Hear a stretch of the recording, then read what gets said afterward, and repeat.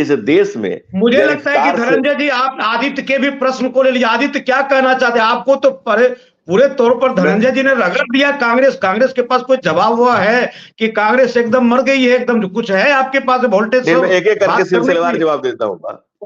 बहुत जी आदित्य जी कुछ बोलना है आपको? धनंजय जी जवाब देंगे, कुछ और प्रश्न है आपके? जी।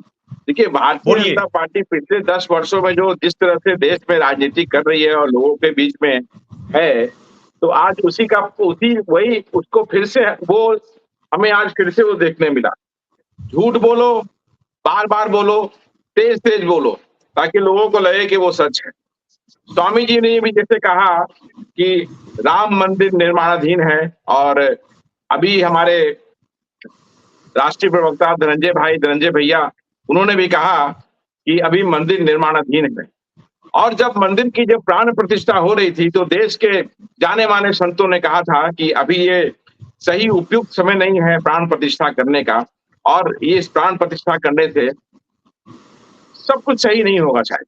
उसके बाद चुनाव आए, मंदिर जब बना तो मंदिर किस तरह से बना ये हम भी जानते हैं। मंदिर राम वहां स्थापित हुए, राम मर्यादा है, पुरुषोत्तम है, राजा रामचंद्र जी को हम लोग सभी मानते हैं, और आस्था से कभी खिलवाड़ नहीं करना चाहिए, मेरा ये अपना है। मैं भी श्री राम को मानता हूँ, मुझे आस्था है, लेकिन जिस तरह से राम मंदिर का निर्माण हुआ, हजारों घर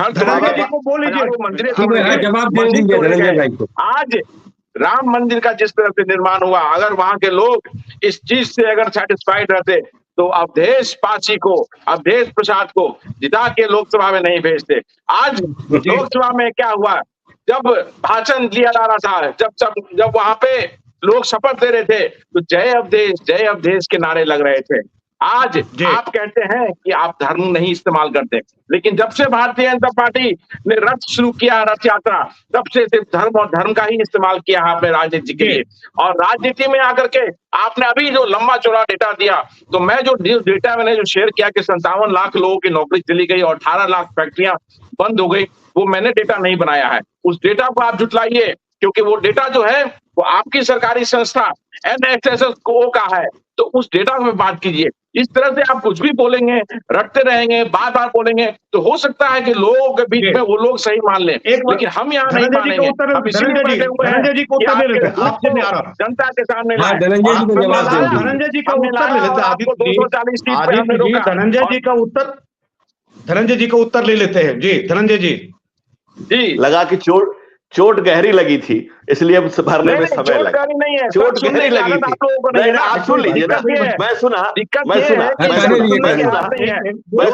मेरा एक शब्द ही आपको परेशान कर दे रहा है, मेरी एक लाइन ही आपको इतनी विक्षिप्त कर दे रही है, तो कैसे सुन लेंगे आप? सुनने की आप लोग चोट गहरी है, सुनने की आदत डालिए कि आपने कहा 1 लाख रुपए का एक लाइन ही आपको खत्म कर दे रहा है हिसाब से। एक लाइन में आप इतने विचलित हो जा रहे हैं, देश में कैसे काम करेंगे?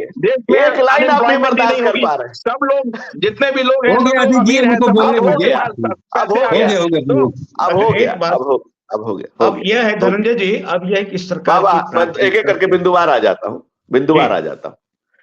अगर इस देश का प्रधानमंत्री रिपीटेडली कहता है कि इस देश के संसाधनों पर पहला हक अल्पसंख्यकों का है, विशेषकर मुसलमानों का, तो मैं इस देश के बुद्धिजीवियों से अपेक्षा दो बार पार्लियामेंट में स्टेटमेंट, क्या बेवकूफी की बातें हैं? और बेवकूफी की एक सीमा होती है। मनोज जी, आदित्य, मैंने सुन लिया 2 बार, बस बेवकूफी की सीमा है अपनी। नहीं, आपको दिखाना होगा कि कहाँ उन्होंने कहा है। उन्होंने कहा कि देश पे सबसे पहला जो हक है वो बहुजनों का है। देश में सबसे पहला जो हक है, बिल्कुल बदतमीजी की बात है। देश के मैं रिकॉर्ड कह रहा हूँ, आप मुझे नोटिस भेजिए, आप मुझे नोटिस भेजिए, आगे बढ़िए। अगर मैं गलत बोल रहा हूँ सेंड मी नोटिस, आपको दिखाना पड़ेगा, मुझे नोटिस भेजिए। बिल्कुल नहीं, ये ऐसा कभी मनमोहन सिंह जी ने नहीं कहा था। ये भारतीय जनता पार्टी नहीं करती है। झूठ कहो, बार बार कहो, तेज कहो, ताकि लोगों को लगे कि हम सच बोल रहे हैं। आज जब सच का पर्दा आपको दिखाया जा रहा है, आईना दिखाया जा रहा है, तो आपको बर्दाश्त नहीं हो रहा है। नहीं, एक बात हम लोग एक चौपाल से मैं निवेदन यह कर रहा हूँ कि यह जो चौपाल है, यह जो पेशेवर चैनल है, ये ना तो मुर्गा लड़ाना है ना लड़ना है, यह है कि हमने यह चर्चा यह किया है कि समय भी खराब हो रहा है बाबा एक मिनट, हाँ कोई बात नहीं। मुझे लगता है कि धनंजय जी को अपना पक्ष रखना चाहिए कि बाबा हमारे इस 3-0 गवर्नमेंट की यह प्राथमिकता है। हम गरीबी दूर करेंगे, बेरोजगारी दूर करेंगे, हम गाय गंगा गीता गायत्री गांधी की बात करेंगे, जो भूले पिछली दफा हो गई है उसको परिमार्जित करेंगे।